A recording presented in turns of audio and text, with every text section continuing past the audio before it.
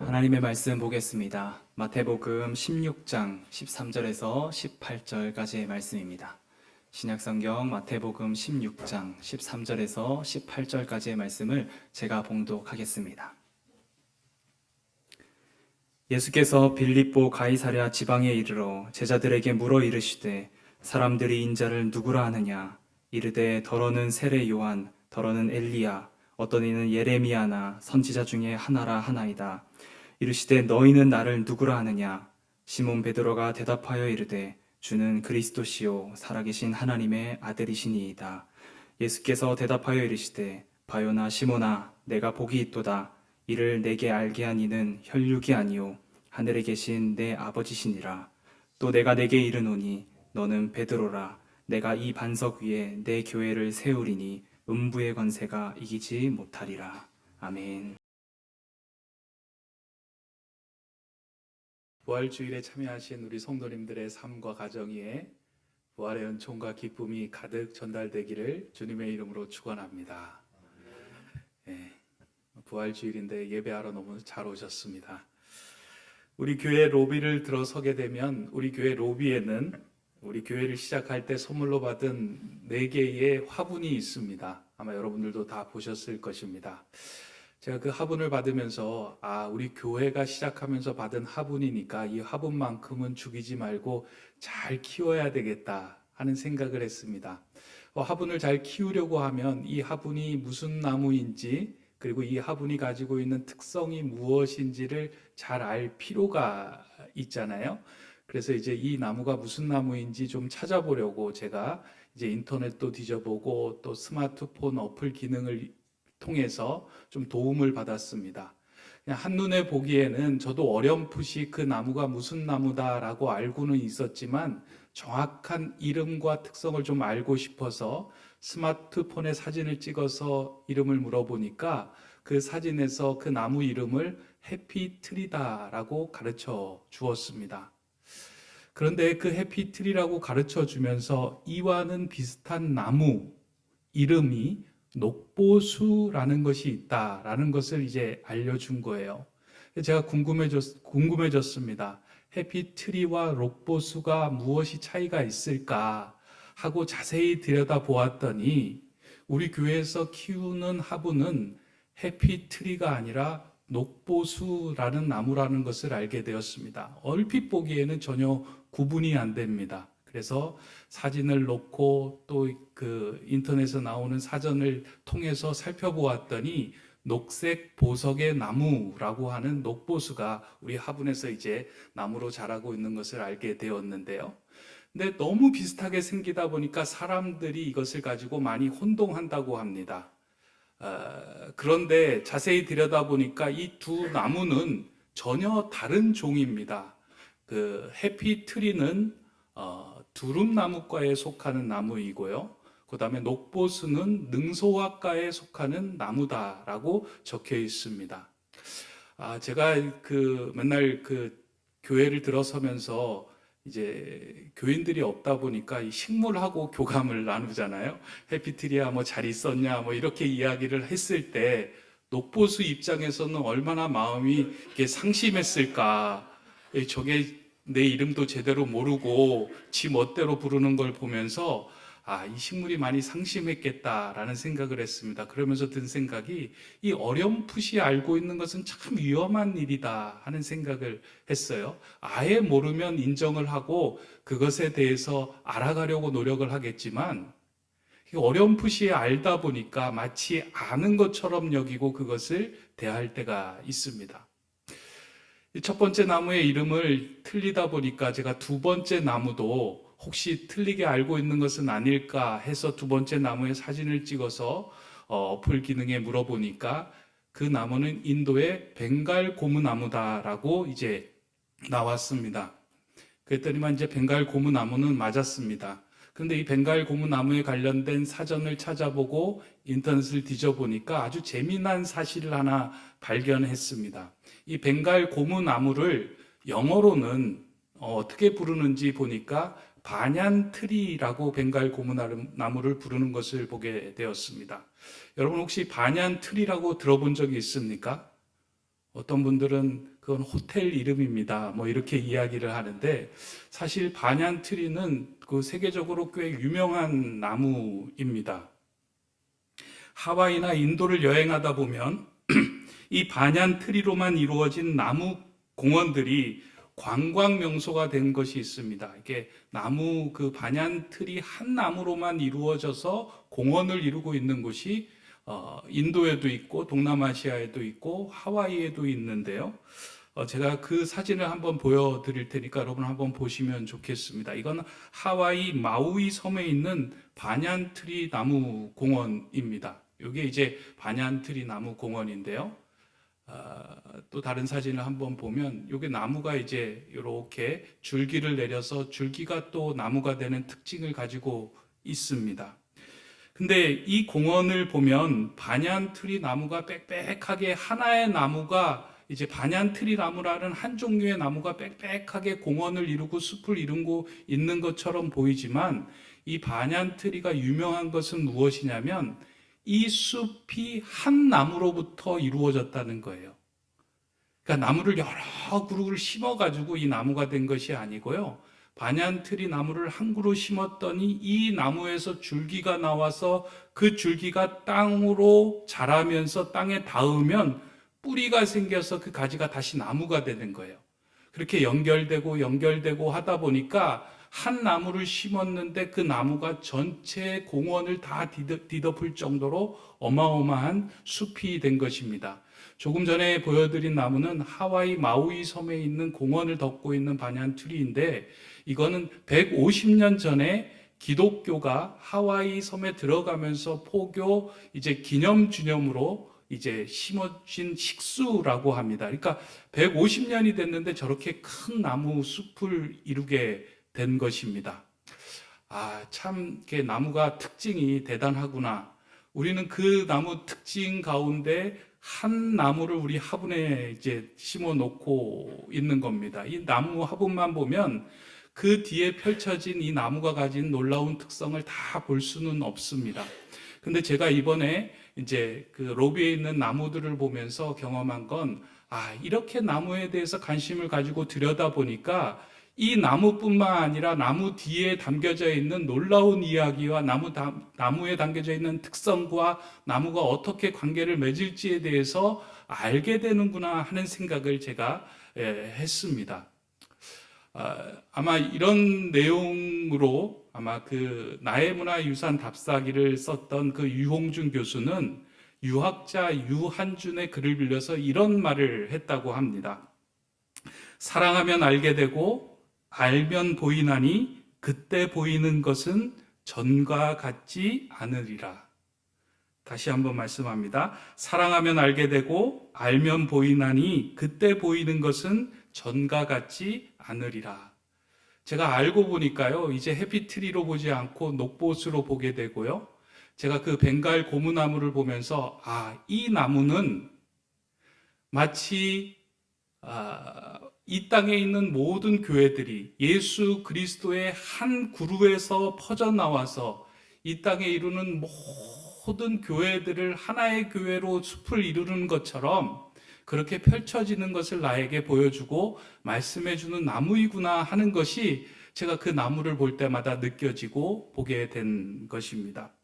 관심을 기울여 보면 이전에 보이지 않았던 것들이 새롭게 보여집니다.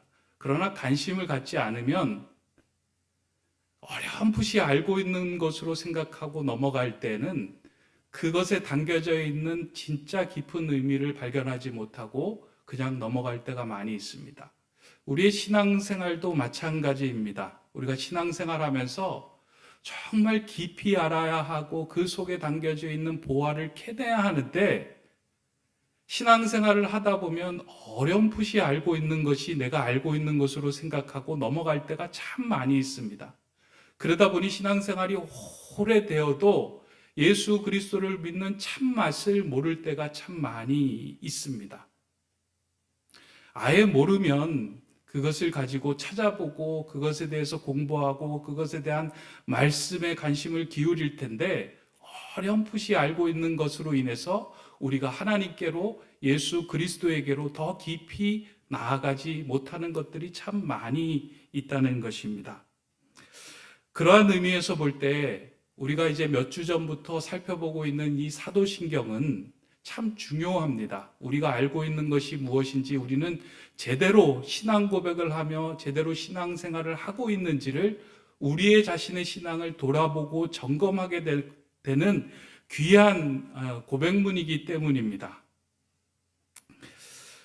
우리가 함께 살펴보고 있는 사도신경은 우리가 믿고 있는 신앙의 모든 것을 다 담아내고 있지는 않지만, 창문처럼 이 사도신경을 자세히 들여다보면 창문 너머에 더 큰 세상이 있다는 것을 발견하고 보게 만드는 것이 이 사도신경입니다. 그래서 이 사도신경에 담겨져 있는 의미와 이 사도신경을 통해서 고백하고 있는 것들을 자세히 들여다보면 우리가 믿고 있는 하나님, 그리고 우리가 믿고 있는 성자 예수님, 우리가 믿고 있는 성령 하나님이 어떻게 이 땅에서 역사하여 주시고 오늘 우리의 주님이 되고 계시는지를 보게 된다는 것입니다. 그래서 한 구절 한 구절 이것을 마음속에 새기며 살아가는 것, 그것이 우리의 신앙의 깊이와 높이와 넓이를 더 넓혀주는 은혜로운 것입니다.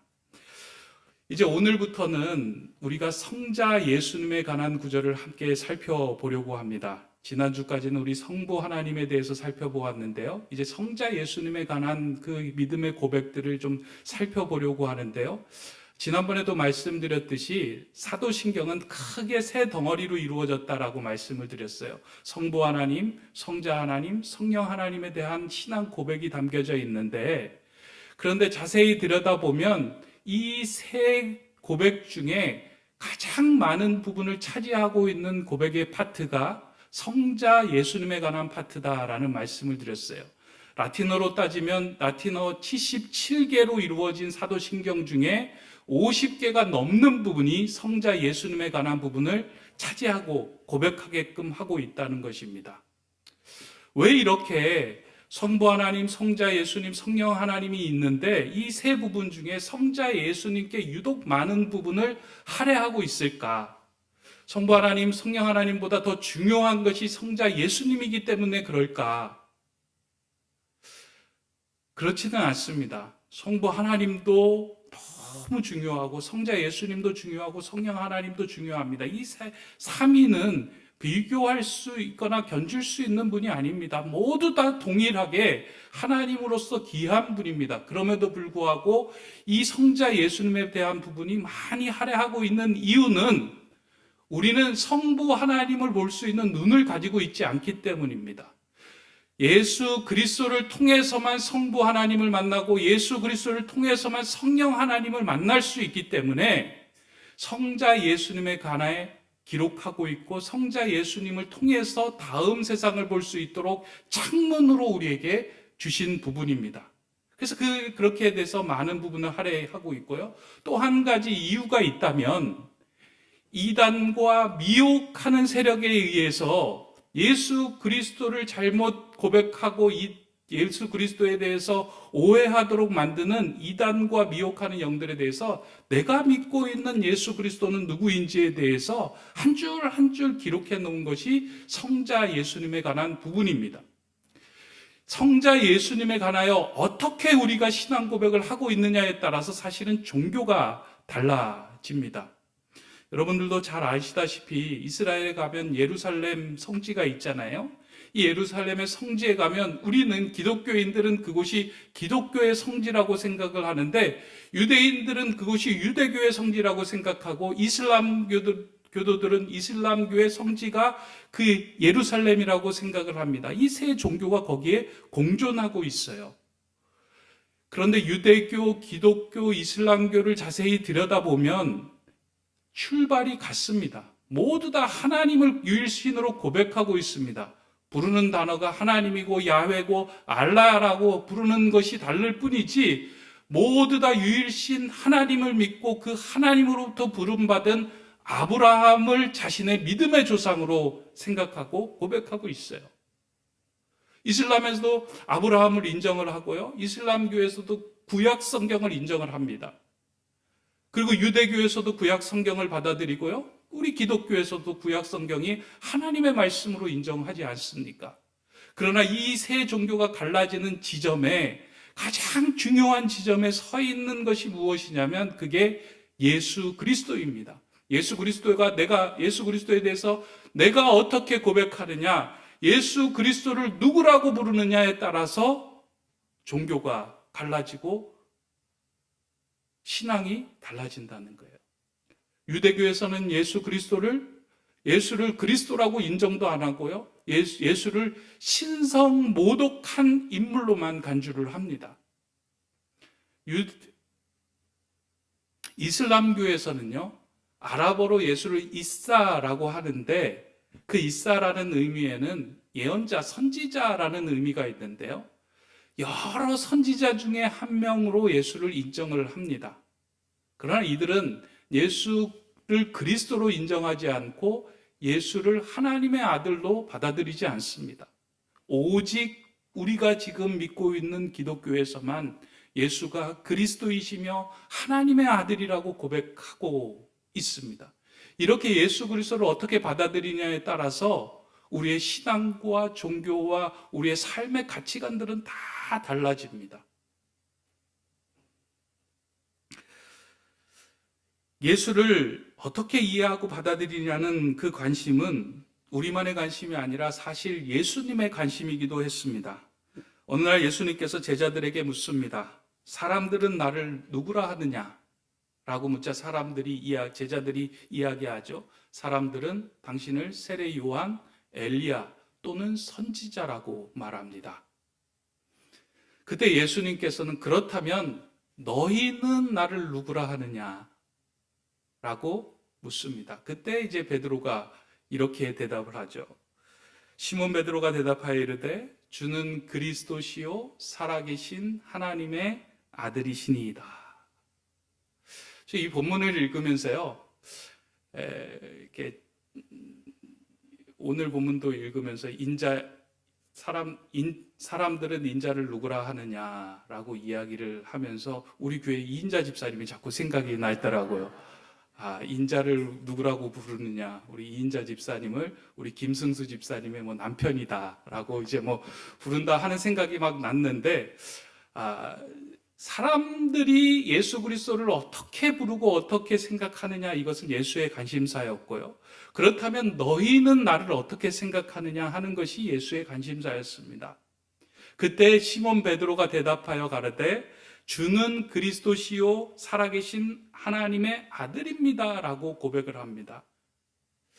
하나님께서는 이 대답을 듣고 너무 놀라셨던 것 같아요. 예수님은 이 대답을 듣고 너무 놀라셨던 것 같아요. 그래서 하신 말씀이 뭐냐면,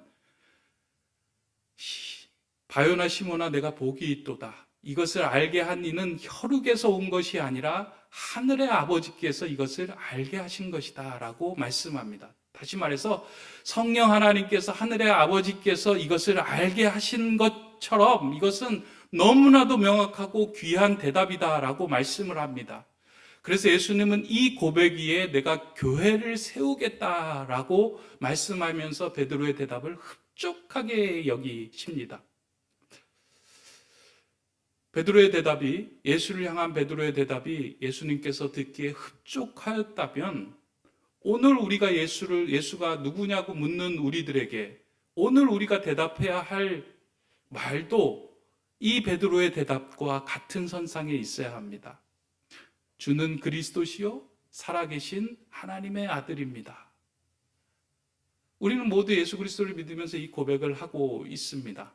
그래서 사도신경의 첫 구절 예수에 대해서 이야기하고 예수에 대한 믿음을 고백하게 하는 그 구절에 나온 그 문장이 무엇이냐면 바로 나는 그의 유일하신 아들 우리 주 예수 그리스도를 믿습니다 하는 고백입니다. 이건 신앙생활의 가장 기초가 되는 고백입니다. 사도신경의 핵심 근간을 이루는 고백일 뿐만 아니라 우리가 살아가면서 평생 이 고백을 하고 살아가야 할 정도로 귀한 고백입니다. 여기 안에 모든 것들이, 모든 보화들이, 우리 인생을 살아갈 수 있는 모든 진리가 이 안에 담겨져 있기 때문입니다. 근데 우리는 신앙생활 하면서 이것에 대해서 어렴풋이 알고 있고요. 우린 주 예수 그리스도를 믿습니다 하는 것이 한 번도 가슴 떨리게 이것을 고백해 본 적이 없습니다. 왜냐하면 너무나 이것에 대해서 어렴풋이 알고 있기 때문입니다. 그러나 사도신경은 이 구절로 예수 그리스도가 누구인지를 명확하게 알고 고백하라고 우리에게 요청을 해줍니다. 너는 예수를 누구라고 하느냐? 나는 예수님을 하나님의 아들이요 우리 주가 되신 그리스도이십니다. 이것을 우리로 하여금 고백하게 하는 것입니다. 이 고백이 있을 때 우리는 오늘 우리가 함께 누리는 이 부활주일의 부활의 기쁨을 감격하고 만날 수 있는 존재가 됩니다. 이 고백이 있을 때에만 우리는 하나님의 구원의 역사에 동참하는 하나님의 자녀요, 하나님의 아들이요, 하나님의 백성이 됩니다. 수많은 것들을 고백하더라도 이 고백이 빠져 있다면 우리의 믿음은 허사입니다. 오늘 이 말씀 속에서 저는 부활절이고 지금 이제 또 성찬을 나누어야 되기 때문에 한 구절 한 구절 다 살펴보면 좋겠지만 크게 두 가지만 오늘 본문 속에서 우리의 신앙 고백 가운데 사도신경의 그 구절 가운데 크게 두 가지만 우리 함께 좀 살펴보고자 합니다. 첫 번째로 살펴볼 단어는 예수 그리스도입니다. 우리 너무 잘 알고 있고요. 매주일 고백하는 게 그리고 찬양하는 게 말씀을 읽으면서 우리가 듣는 게 예수 그리스도 아닙니까?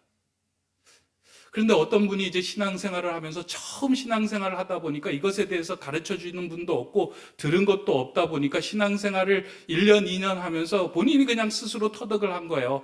교회 갔더니 예수 그리스도라고 부르더라. 그래서 예수가 성이고 그리스도가 이름이다라고 생각하며 신앙생활을 하는 사람들이 참 많습니다. 영어로 따진다면 그리스도가 퍼스트 네임이고 세컨드 네임이 예수다. 그러니까 크라이스트, 지저스라고 생각하며 그냥 이걸 받아들이는 사람들이 많이 있습니다. 그러나 이건 예수 그리스도라고 하는 성과 이름을 이야기하는 것이 아니고요. 하나의 온전한 문장이에요. 예수는 그리스도이십니다 라는 것을 말하는 것을 줄여서 예수 그리스도라고 이야기를 하는 거예요. 예수는 이름이고 그리스도는 이름에 붙은 것이 아니라 이름에 따른 호칭, 그가 하시는 사역에 대한 직분을 의미합니다. 그러니까 예수님은 이름이고 그의 뒤에 붙는 것이 이제 하는 직분인 거죠. 우리 오늘 새로 오신 우리 전도사님 박평화 전도사님이 오셨는데 박평화 하면 이름이고 전도사님 하면 이제 전도사의 사역을 감당하시는 분 할 때 그리스도라는 그 사역에 감당하는 부분을 이야기한다라는 것입니다. 사람들이 이름을 지을 때는 그 이름을 지은 사람의 마음이 그 안에 담겨져 있습니다. 예수라는 이름은 하나님이 친히 지어주신 이름입니다. 그러니까 하나님이 마음을 담아서 하나님께서 지어주신 이름이 예수라는 이름이에요. 이에 대해서 마태복음 1장 21절은 이렇게 말씀하고 있습니다. 아들을 낳으리니 이름을 예수라 하라. 이는 그가 자기 백성을 그들의 죄에서 구원할 자이심이라 하니라. 우리가 믿고 있는 예수라는 그 이름은 자기 백성을 그들의 죄에서 구원할 자. 그러니까 예수라는 자체는 이름의 뜻에는 구원자라는 의미가 있습니다. 예수님은 이 땅에 있는 모든 사람들을 구원하기 위하여 하나님께서 보내주신 분입니다. 여러분들은 예수님을 구원자로 믿습니까? 그럼 어떠한 구원자로 지금까지 믿어왔습니까? 예수님을 만나게 된 경험들이 다 다른 것 같아요. 어떤 분들은 자녀의 문제 때문에 예수님을 만나게 되었다. 어떤 분들은 내가 병에 걸려서 이 병에 치유하는 치유자로 예수님을 만나게 되었다. 어떤 분은 사업의 문제를 풀어주시는 분으로 예수님을 만나게 되었다. 어떤 분은 내 마음이 너무 공허하고 허전한데 이 마음을 채워줄 대상을 찾다가 예수 그리스도를 만나게 되었다. 예수님은 이 땅의 모든 문제를 해결해 주기 위해서 오신 구원자가 맞습니다. 그리고 오늘도 여전히 여러 분야에서 우리가 필요한 모든 것들을 공급해 주시는 구원자로 서 계시는 분이 맞습니다. 그러나 오늘 우리가 읽었던 본문을 보면 마태복음 1장 21절에 보면 예수의 핵심 되는 구원의 핵심 사역은 무엇이냐면 그가 자기 백성을 그들의 죄에서 구원할 자이심이라 라고 기록해 주고 있어요. 반얀트리가 아까 말씀을 드렸잖아요. 반얀트리가 여러 나무가 숲을 이루고 있는데요. 그래도 그 핵심 기둥이 분명히 있을 거 아니에요. 핵심 줄기가. 그러니까 예수라는 나무가 여러 분야의 구원자의 역할을 감당을 하고 있지만 그 핵심이 있다면 그 핵심에 서 있는 부분이 무엇이냐면 죄를 사해 주시는 구원자로 오셨다는 거예요. 그래서 예수 그리스도를 만날 때 우리가 근본적으로 만나야 하는 부분은 우리의 죄를 사해 주시는 분으로 예수 그리스도를 만나야 됩니다. 그 구원자를 만날 때에만 예수 그리스도로 인하여 부활에 동참하게 되고 하나님의 나라의 백성이 되고 하나님과 함께 거할 수 있는 은혜를 누리게 됩니다. 아직도 세상에서는 예수를 4대 성인 중에 한 사람, 우리의 마음에 공허한 마음을 메꾸는 사람으로 이해하고 받아들이는 사람이 많이 있습니다. 그러나 예수 그리스도를 나의 죄를 구원해 주시고 그 십자가의 은혜를 통해서 나를 새롭게 하신 분이라고 믿지 않는다면 그 모든 믿음은 구원자로 여기는 그 믿음은 우리를 진정 하나님의 자녀로 하나님의 아들로 이끌 수 있는 힘이 안 된다는 거예요. 가장 중요한 핵심을 우리가 알고 있자는 겁니다. 이러한 예수님을 하나님께서는 이 땅에 우리의 죄를 사해 주시는 기능을 맡기시고 이 땅에 보내어 주셨습니다. 그리고 그에게 이제 기름을 부어 주시고 그에게 그 직분을 감당할 수 있는 사역을 허락해 주신 것입니다. 그 예수 그리스도가 이제 이 땅에 오셔서 하신 사역, 그 직분을 그리스도라고 이야기를 하는데요. 이 그리스도라는 말은 이제 헬라어의 표현인데 기름 부음을 받은 자라는 뜻, 이거 다 알고 계시죠? 메시아라는 말이 이제 그 히브리어는 똑같은 말이에요. 구세주, 기름 부음 받은 자라는 의미입니다. 그래서 예수가 그리스도다라고 하는 것은 예수님께서 기름 부음을 받았다. 하나님의 일을 하기 위해 기름 부음을 받으셨다라는 의미입니다. 근데 그 뭘 위해 기름 부음을 받으셨냐? 그 구약 성경을 보면 기름 부음을 주는 사람, 그러니까 하나님께서 기름을 부어서 세우는 사람이 세 종류의 사람이 나오는데 첫 번째는 선지자를 세울 때 하나님께서 기름을 부으셨어요. 그러니까 하나님의 말씀을 대언하고 하나님의 뜻과 마음을 알려주는 사람을 세울 때 하나님은 그에게 기름을 부으셨어요. 두 번째는 제사장을 세울 때 하나님께서 기름을 부으셨어요. 하나님께 예배하고 하나님께 나아가는 길을 열어주고 우리와 함께 하나님께 찬양하며 예배하는 거룩한 지도자로 제사장을 삼을 때 기름을 부으셨어요. 세 번째는 왕을 세울 때 기름을 부으셨잖아요. 우리의 울타리가 되어주고 우리를 보호해 주시고 우리의 삶의 모든 것을 공급해 주시는 왕을 세울 때 하나님은 그에게 기름을 부으셨어요. 그래서 예수가 그리스도라는 표현은 우리 인생 가운데 하나님의 뜻을 알게 하고 우리에게 길을 알려주시는 분이 예수님이 그리스도이십니다라는 고백을 하는 거예요. 내 인생의 이 예배를 통하여 하나님을 만나게 하고 예배 가운데 하나님을 경험케 하는 그분이 오직 예수님이십니다라는 것을 고백하는 것이 예수가 그리스도이십니다의 고백에 담겨 있는 거예요. 예수가 왕이십니다라는 고백은 내 인생의 어려운 상황 속에서도 나의 울타리가 되어주시고 보호해주시고 나에게 평화를 건네주시는 분이 바로 당신입니다라는 표현입니다. 여러분들은 어떠신가요? 예수님을 그렇게 모든 분야의 전 분야에서 여러분들을 구원해 주실 그분으로 인정하고 계십니까? 목사님, 한 주간의 삶을 살다 보면은요, 모든 분야에서 그렇게 예수님을 인정하는 건 만만한 일이 아닙니다. 돈이 필요할 때는 돈이 주인이 되고요. 세상에 힘이 필요할 때는 세상에 힘이 주인이 되고요. 권력이 필요할 때는 권력이 주인이 됩니다.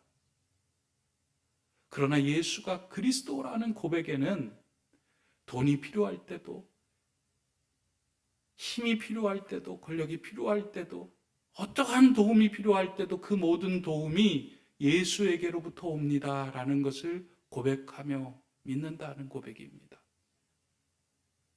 이게 예수는 그리스도라라는 고백에 담겨 있습니다. 성경은 계속해서 예수가 그리스도이심을 증언하고 있는데요. 출생으로부터 증언하고 있습니다. 누가복음 2장 10절 11절의 말씀을 보면 이렇게 기록하고 있죠. 무서워하지 말라. 보라, 내가 온 백성에게 미칠 큰 기쁨의 좋은 소식을 너희에게 전하노라. 오늘 다윗의 동네에 너희를 위하여 구주가 나셨으니 곧 그리스도 주시니라. 또한 초대교회 성도들은 예수님을 만나고 예수님을 경험하면서 자신의 마음속에 가장 큰 핵심 메시지는 예수가 그리스도임을 믿고 예수가 그리스도임을 선포하는 것이 다른 사람들을 살리는 일이라는 것을 알았습니다. 사도행전 5장 42절은 이렇게 이야기합니다. 그들이 날마다 성전에 있든지 집에 있든지 예수는 그리스도라고 가르치기와 전도하기를 그치지 아니하리라. 어디에 있든지 예수는 그리스도라 가르치기를 쉬지 않고 전하는 것이 초대교회 성도들의 모습이었다는 거예요. 삶의 전 분야에서 예수가 우리의 주인 되시고 예수가 우리의 그리스도가 되어주셔서 길을 잃었을 때 길을 알려주시는 분이 주님이시고, 내 인생의 울타리가 필요할 때 그 울타리를 쳐주시는 분이 주님이시고, 죄로 인하여 내 마음이 낙심될 때, 죄의 종노릇하여 죄의 노예처럼 살아갈 때 그 사슬을 끊어낼 수 있는 분도 예수님입니다 라는 그 고백이 예수 그리스도입니다 라는 고백에 담겨져 있다는 겁니다. 저는 오늘 이 자리에서 예배하는 우리 성도님들 마음에요, 다시 한번 이 한 문장이 새겨졌으면 좋겠습니다. 예수가 그리스도이십니다. 이걸 통해서 우리는 더 크신 하나님의 은혜의 자리로 나아갈 수 있게 됩니다. 이건 우리의 심장이 뛰는 동안 평생 고백해야 합니다. 이걸 고백하지 않으면요, 우리는 하나님과 연결이 될 수가 없어요. 이걸 고백하지 않으면 하나님께서 그렇게 허락해 주셨던 하늘의 값지고 귀한 것들을 우리가 누릴 수가 없게 돼요. 하늘의 문을 들어설 수 있는 그 은혜를 누리지 못한다는 거예요. 예수는 그리스도시다. 이것을 믿고 고백할 때 우리는 그리로 들어가게 된다는 겁니다. 이것이 첫 번째 살펴본 예수에 대한 고백이라면, 이제 두 번째로 살펴볼 단어는 주, 우리 주라는 단어입니다. 예수가 그리스도라는 고백은 참 중요합니다. 그런데 사람들 중에 이것을 이제 아는 분들이 많이 있어요. 예수님을 믿지 않고도 예수가 선지자였지, 예수가 제사장이었지, 예수가 왕으로 오셨지라고 말은 합니다. 그러나 믿지는 않아요. 근데 우리 주라는 이 말에 아주 중요한 핵심 메시지가 담겨져 있는 것이 무엇이냐면, 예수가 그리스도이신데 그 그리스도 되신 예수 그리스도를 내 인생의 주인으로 모시겠습니다 라고 그 연결고리를 갖는 게 우리 주라는 단어입니다. 어떤 목사님이 이 부분을 설명하면서 보험을 비유로 들어서 설명하는 것을 들은 적이 있는데요, 꽤 도움이 되었습니다. 한 사람이 아주 보장을 잘해주는 보험을 하나 발견을 했습니다. 이 적은 돈을 들어서 이 보험에 들기만 하면 아주 그냥 수익이 보험에 보장이 되는 종류들이 여러 가지가 있는 거예요. 아플 때도 그 병원비를 다 대어주고, 힘들 때, 그 다음에 실직했을 때, 문제가 생겼을 때 모든 보장을 다 해주는 보험이에요. 이걸 만나고 너무나도 기쁜 거예요. 그래서 사람들에게 전한 거예요. 이렇게 좋은 보험이 있어. 여기에 들면 네 인생 책임질 거야 라고 이야기하면서 사람들에게 막 전하면서 이야기를 했어요. 그런데 정작 어려운 상황이 왔을 때 그 사람은 이 보험에 대한 보장을 받지 못했어요. 왜 받지 못했을까요? 알고 있고 전하기는 했지만 그 보험에 가입되지 않았기 때문입니다. 우리 주라는 단어는 예수는 그리스도이십니다 라는 그 하나님의 놀라운 비밀을 나의 비밀로, 나의 주님으로, 나의 모든 구주로 영접하는 사건을 이야기하는 단어가 우리 주라는 단어예요. 예수 안에 아무리 귀하고 최상의 가치가 들어있다고 하더라도 그분을 내 주인으로 인정하지 않을 때 우리는 아무것도 누릴 수 없게 됩니다. 알고 있는 것만으로도 알고 있는 것으로만 우리는 누릴 수 없어요. 그분을 나의 주인으로만 인정하고 받아들여야 합니다. 오늘 본문 속에 예수님은 제자들과 함께 가이사랴 빌립보 도시에서 이 질문을 건네고 받습니다. 여러분들도 이 본문에 대해서 이제 많이 들어서 아실 거예요. 가이사랴 빌립보가 어떠한 도시인지. 가이사랴 빌립보는 로마 황제를 주인으로 섬기기 위해서 세워진 로마의 식민 도시입니다. 거기에서는 주인이 로마 황제예요. 가장 강한 권력이 누구에게 집중되어 있냐면 로마 황제에게 집중되어 있는 곳이에요. 그리고 세상의 물질과 힘이 주인으로 숭배되는 그 우상의 도시가 가이사랴 빌립보였어요. 그런 그 중심에 서서 예수님께서 제자들에게 묻는 거예요. 너희는 이 상황 속에서도 나를 주인이라고, 주라고 할 수 있느냐? 라고 그 질문을 물은 겁니다. 이 질문은 오늘 우리에게도 던져지는 질문입니다. 교회 안에서는 예수 그리스도를 찬양하고 하나님을 찬양하는 말들이 많기 때문에 예수님을 주님이라고 인정을 하는데요. 사실 실제 우리 일상 속에 들어가기 시작하면 우리의 삶의 주인 되는 것들이 참 많이 있어요. 그것들을 의지하고 그것들을 위해서 우리의 온 심혈을 기울이고 마음을 기울이고 인생을 쏟는 것들이 참 많이 있습니다. 그러한 세상의 한 복판에서 너희는 예수를 누구라 하느냐? 이 질문을 던집니다. 이 질문에 우리는 답을 해야 합니다. 나는 그의 유일하신 아들 우리 주 예수 그리스도만 믿습니다. 오직 나는 예수 그리스도만 주인으로 삼습니다 라고 고백해야 합니다. 이 고백이 없으면 허사가 됩니다. 우리 믿음의 허사가 돼요. 가장 근간을 이루고 있는 고백, 이 고백이 우리 안에서 회복되고 살아나야 합니다. 오늘은 예수님의 부활을 기억하고 기념하는 부활주일입니다. 너무 부활의 기쁨이 감사하고 감격이 되잖아요. 근데 이 부활의 기쁨과 부활의 은총을 누리기 위해서 반드시 필요한 기본 전제가 있다면 무엇일까요? 나는 예수 그리스도를 나의 주님으로 고백합니다 하는 이 온전한 신앙 고백이 있을 때에만 우리는 부활하신 그 주님이 나의 주님이 되고 내 삶 속에 죽었던 모든 것들을 부활시키는 그 부활의 은총을 경험하게 됩니다. 이제 부활주일을 맞이해서 여러분들과 함께 성찬을 나누려고 합니다. 저는 이 성찬이 오늘 주님이 여러분들에게 던지는 질문이라고 생각합니다. 너는 나를 누구라 하느냐? 주님의 살과 주님의 피를 마시면서 저와 여러분의 마음속에 다시 한번 이 고백이 새겨지기를 원합니다. 나의 주인은 오직 예수 그리스도입니다. 내 인생의 주관자는 오직 예수 그리스도입니다. 내 인생의 모든 해결을 해주실 수 있는 분은 예수 그리스도입니다. 나는 그분 한 분만으로 만족하고 그분을 주인으로 삼으며 살겠습니다. 이 고백이 성찬을 통하여 저의 마음속에 그리고 여러분들의 마음속에 귀하게 새겨지기를 주님의 이름으로 축원합니다. 사랑의 하나님, 우리를 위하여 죽음에서 부활하시어 부활의 열매가 되신 예수님을 나의 구주로 다시금 영접하고 알게 하시니 감사를 드립니다.